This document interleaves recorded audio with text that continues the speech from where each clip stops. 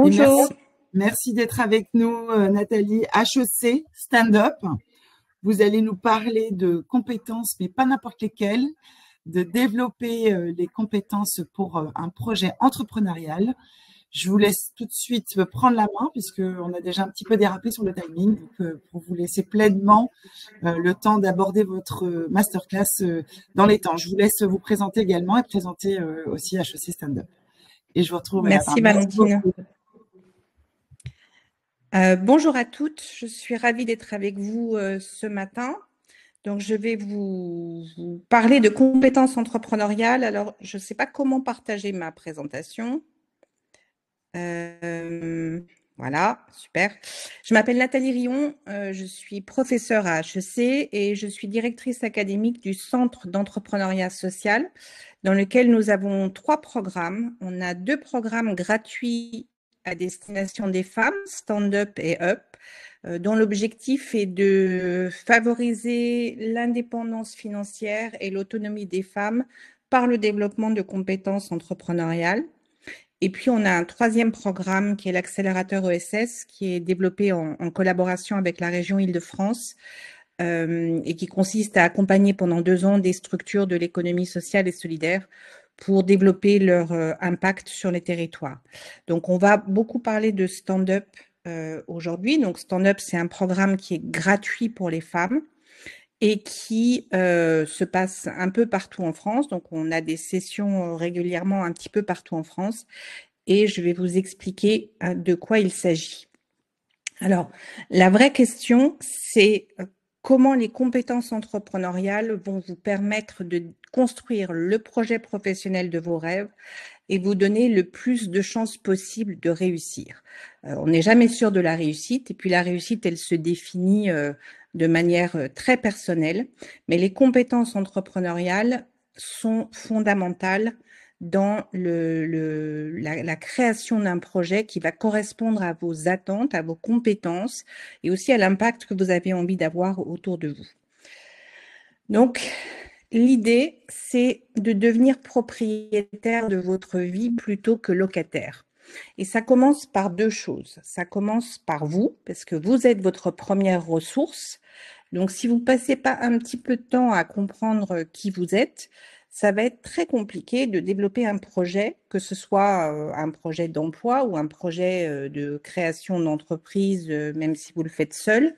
Ça va être difficile si vous ne savez pas un petit peu en détail ce que vous êtes. Donc, il y a 2 questions à se poser d'abord. La première, c'est quel est votre contexte personnel? Par exemple, de combien de temps vous disposez chaque semaine pour développer un projet entrepreneurial ou bien pour travailler. C'est-à-dire, si vous avez 20 heures de libre par semaine parce que vous avez des enfants, parce que vous avez des obligations familiales et que vous voulez lancer un projet entrepreneurial, si vous vous mettez des objectifs correspondant à 50 heures par semaine, c'est sûr que ça ne va pas marcher. De la même façon, si vous êtes en plein dans une vie familiale très prenante, la question dans la recherche d'emploi, c'est de trouver un emploi aussi qui va correspondre à votre disponibilité de temps. Donc, la première des questions, c'est dans votre contexte, de combien de temps vous disposez de totalement libre. La deuxième chose, c'est aussi le niveau d'énergie. Si on veut lancer un projet entrepreneurial, peut-être de se mettre à son compte en freelance, par exemple, ou de lancer une entreprise, ou même de développer des compétences entrepreneuriales, il y a une question de niveau d'énergie. On n'est pas à différents moments de la vie au même niveau d'énergie. Si on a des enfants en bas âge, c'est pas la même chose que si on a des enfants qui ont quitté la maison. Si on est seul, c'est pas la même chose que si on est en couple. Si on a 20 ans, c'est pas la même chose que si on a 50 ans. Donc, ces 2 éléments-là, qui sont les éléments de temps libre dans une semaine ou dans un mois et de niveau d'énergie, sont des questions extrêmement importantes quand on veut lancer quelque chose ou relancer sa carrière. La deuxième question qui est importante, c'est de comprendre ce qui vous met en sécurité ou en insécurité. Ce que je veux dire par là, c'est par exemple, est-ce que si vous souhaitez lancer un projet entrepreneurial, vous disposez d'une petite réserve d'argent ou pas? Si vous allez chercher un travail, c'est qu'est-ce qui vous met en sécurité au minimum sur la quantité d'argent que vous allez gagner. Ça, c'est très personnel et c'est aussi très variable en fonction du moment de la vie où on est. Mais comprendre que, par exemple, on est très sécurisé si on a 500 € sur son compte ou bien s'il nous en faut 2500, c'est important parce que ça va déterminer la façon dont vous allez construire votre projet. Donc, qu'est-ce qui vous met en sécurité? Qu'est-ce qui vous met en insécurité sur le niveau financier et sur votre rapport à l'argent qui peut être aussi extrêmement compliqué?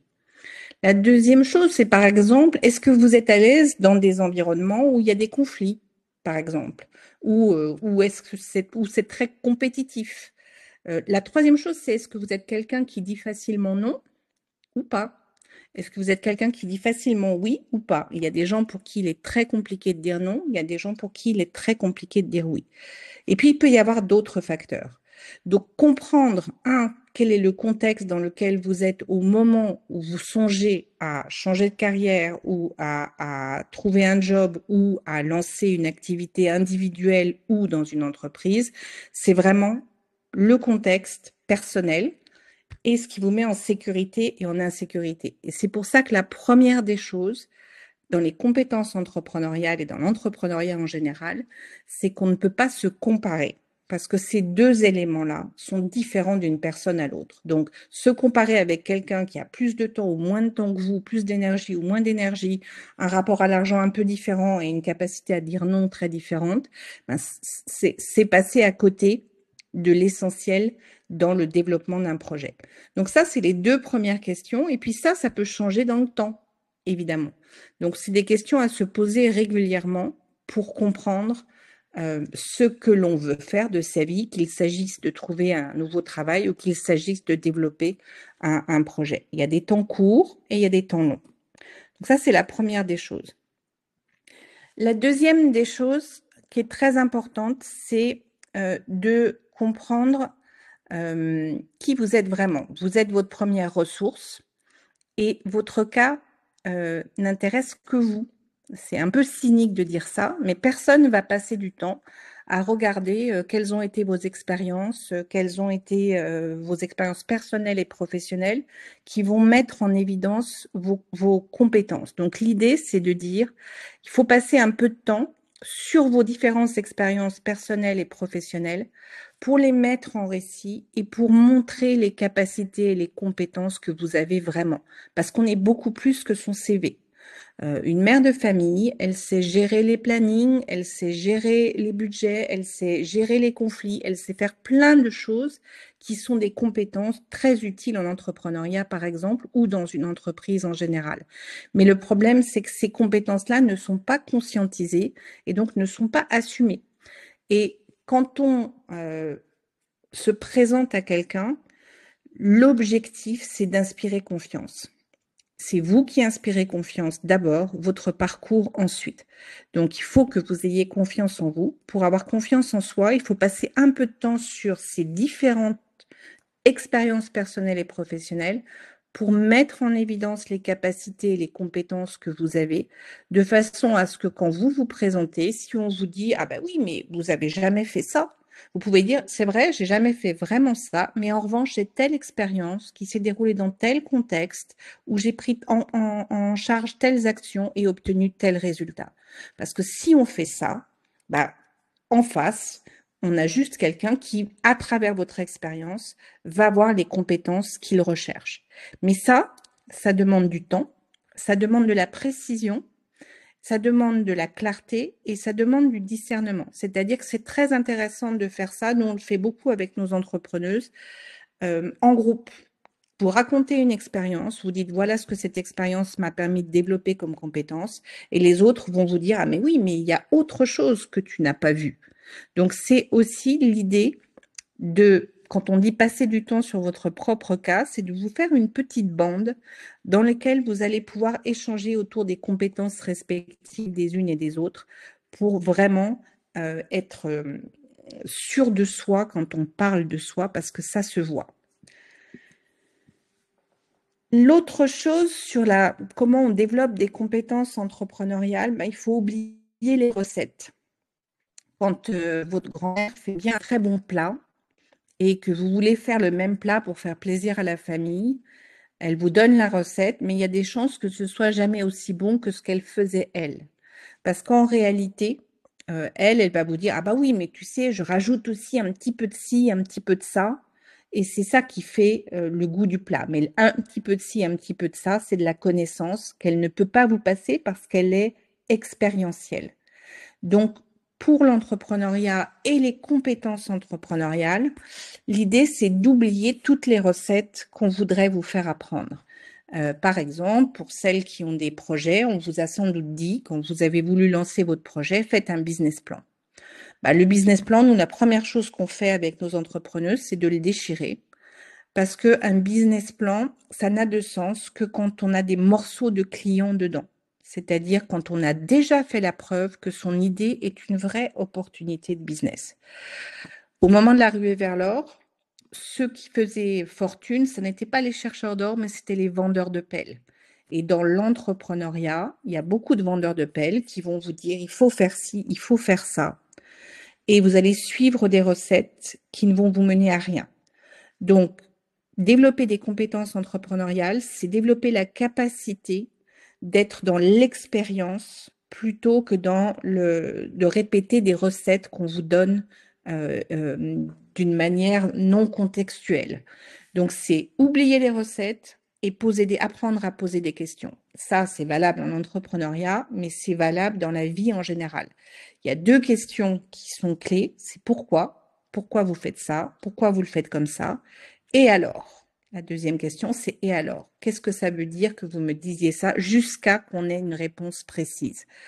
La différence, et c'est vrai aussi quand on cherche un emploi, alors, je vois la question, le business plan reste un incontournable pour les demandes de financement. Le problème, c'est que les demandes de financement sont souvent faites sur des idées qui n'ont pas été testées comme des opportunités de marché. Donc, nous, ce qu'on dit, c'est lancer le business de vos rêves sans argent jusqu'à que vous ayez la preuve que votre idée est bien une opportunité de business. Et à ce moment-là, il sera toujours temps d'aller demander de l'argent en faisant ou pas un business plan d'ailleurs, parce qu'il n'y a pas de meilleur argent que celui du client. Et on verra après comment ça se passe. Mais le problème, c'est que beaucoup de gens vont demander de l'argent avant de savoir si leur idée vaut quelque chose. Le problème, c'est que l'idée, ça vaut rien. Si vous avez un vélo et que je vous vole votre vélo, vous n'avez plus de vélo. Si vous avez une idée et que je vous vole votre idée, vous avez toujours une idée. La question de la valeur de l'idée, c'est sa mise en œuvre correspondant à un problème aigu du client mal résolu. Et cette partie-là, il n'y a pas besoin d'argent pour la faire.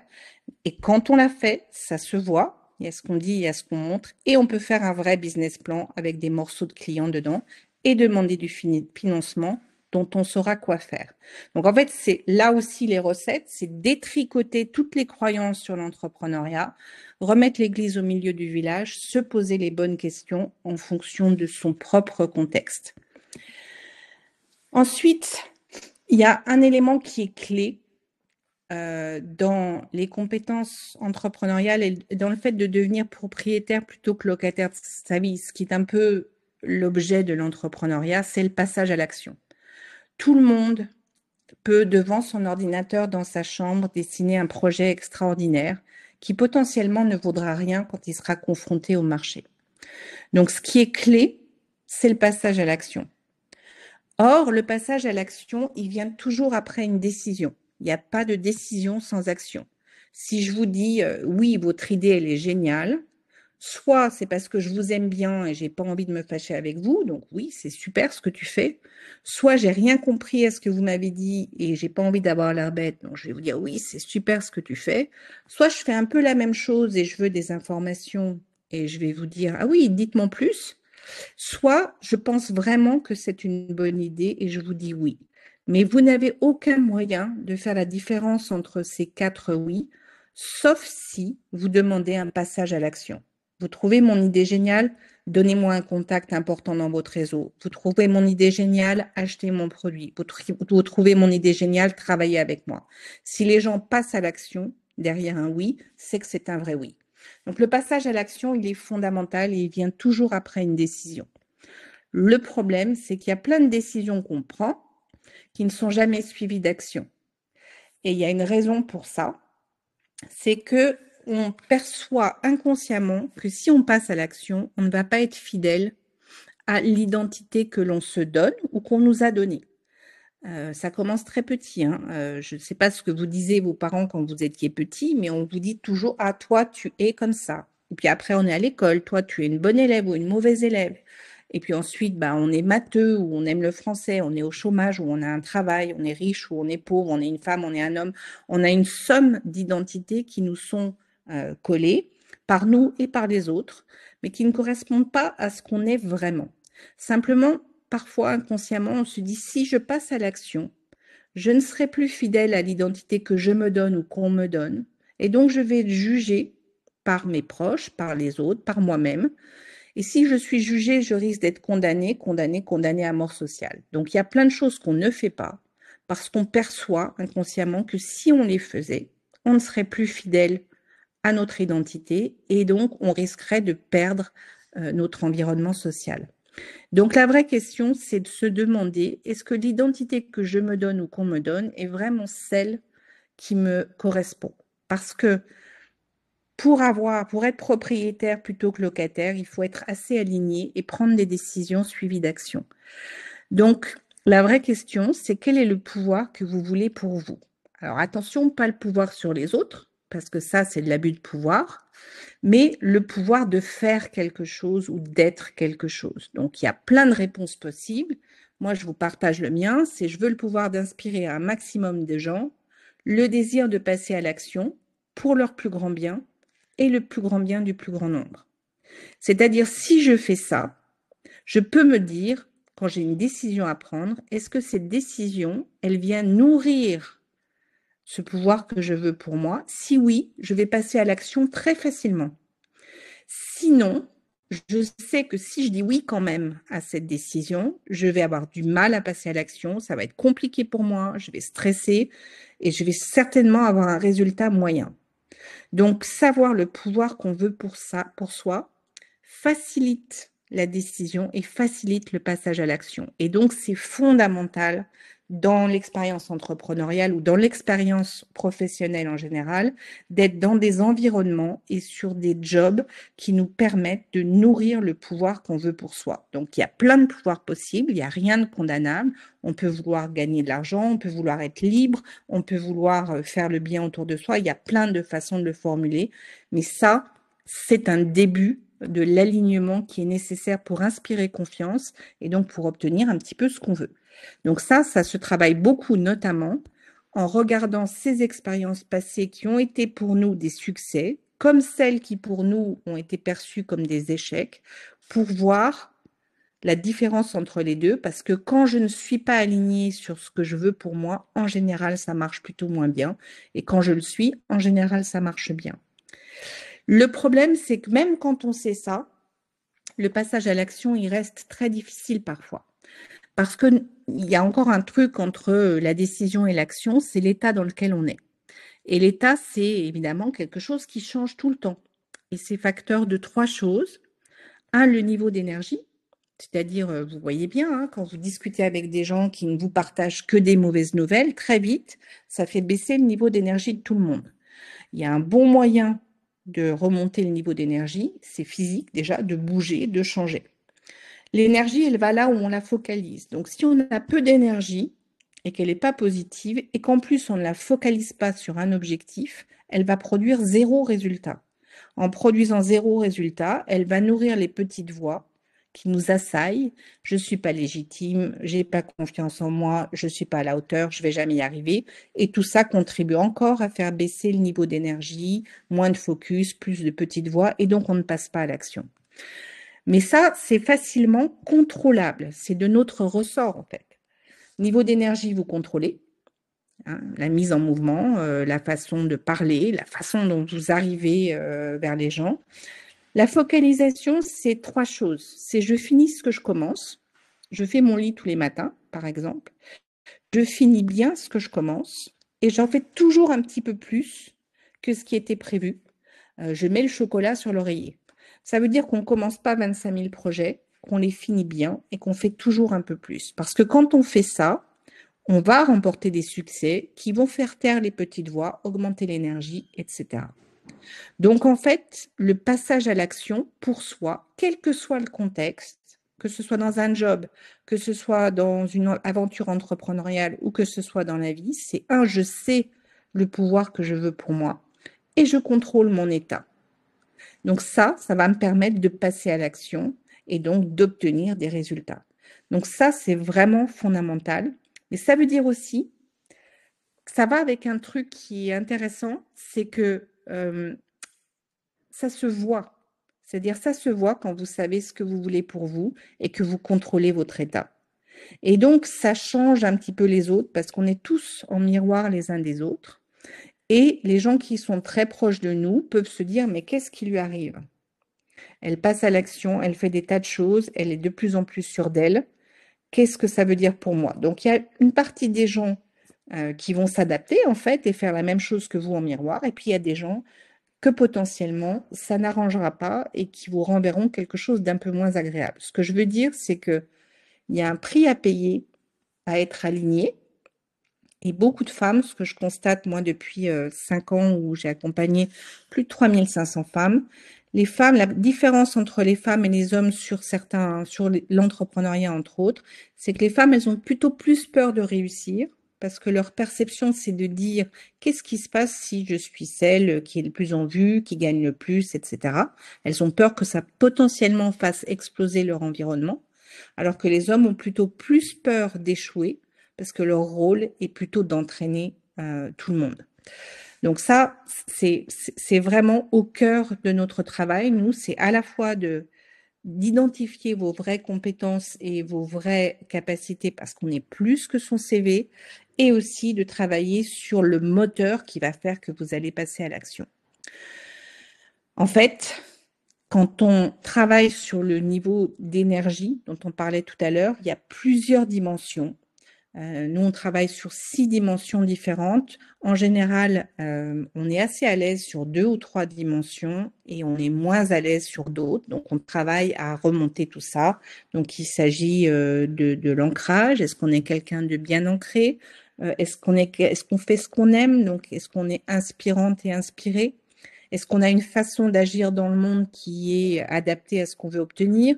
Est-ce qu'on est capable de créer des connexions significatives avec des gens parce que ça n'est que ça, et le business et la vie? Est-ce on sait faire porter sa voix? Est-ce qu'on est entendu et écouté? Et est-ce qu'on est capable de trouver des plans B? Donc, toutes ces façons de canaliser son énergie sont nécessaires, sont un apprentissage pour développer cet alignement qui se voit et qui vous permet de passer à l'action de manière relativement plus simple. Voilà, j'ai été très rapide, mais je suis prête à répondre à vos questions. Dans Stand Up, on accompagne les femmes de 3 façons différentes. On accompagne les femmes d'abord sur elles-mêmes, c'est-à-dire comment vous êtes votre première ressource et comment on fait pour valoriser cette ressource, comment on apprend à poser des questions indépendamment des recettes et comment on lance un business de manière extrêmement pragmatique. Voilà, donc si vous avez des questions, je suis à votre disposition. Est-ce qu'il faut avoir un projet entrepreneurial déjà défini? Non, pas nécessairement. Vous pouvez avoir une idée, on va travailler pour voir si cette idée crée un business.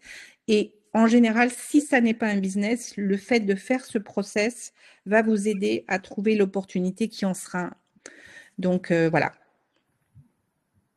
Nathalie, est-ce que vous accompagnez que en Île-de-France? Non, on accompagne sur l'ensemble du territoire français et même les DROM. On est très présent dans les DROM aussi. Il y a beaucoup de commentaires et je les rejoins vraiment. C'était vraiment passionnant, vraiment intéressant. Merci beaucoup. Beaucoup de messages, à mon avis, très impactants et percutants pour notre public.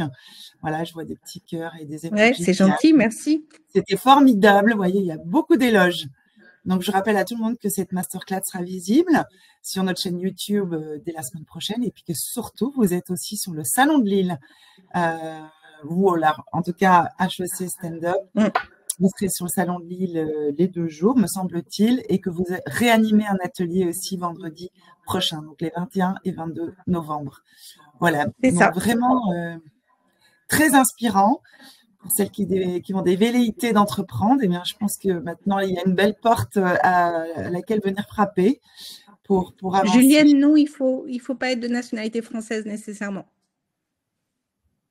Voilà. Je répondais juste à une question. Merci beaucoup de votre invitation. Oui. Écoutez, merci beaucoup. On regarde s'il y a d'autres questions qui apparaîtraient à part tous ces messages de remerciement. Voilà, intervention édifiante. Vous voyez, les commentaires sont vraiment très élogieux.